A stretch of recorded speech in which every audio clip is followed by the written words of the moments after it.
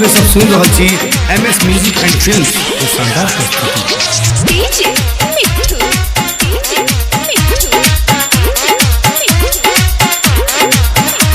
जवानी के डोज सह गई है, कभी इधर कभी वो भर गई है।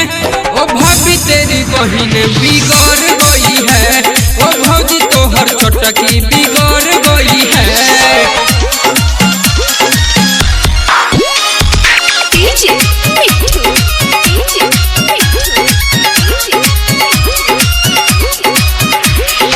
जीजा जीजा कोही के उमर पिया लाइन, कोहेल की साली मैं हुआ पकी फाइन।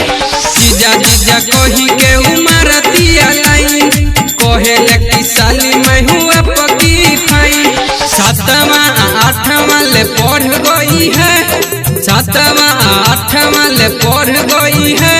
ओ भाभी तेरी छोटकी बिगड़ गई है, ओ भाभी तेरी बहिन बिगड़ गई है।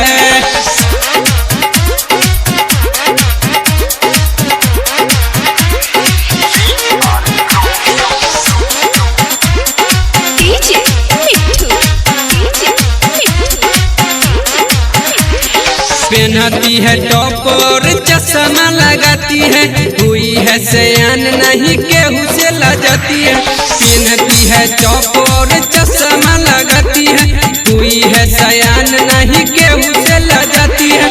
लगती है माथा पर चढ़ गई है, लगती है माथा पर चढ़ गई है। ओ भाभी तेरी ननकी बिगड़ गई है, ओ भाभी तेरी बहिना बिगड़ गई है।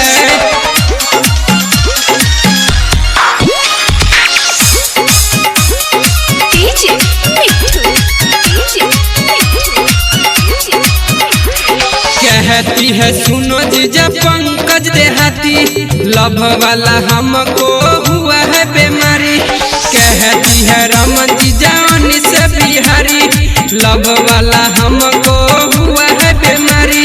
शिशु सूरज से उलर गई है, शिशु सूरज से उलर गई है।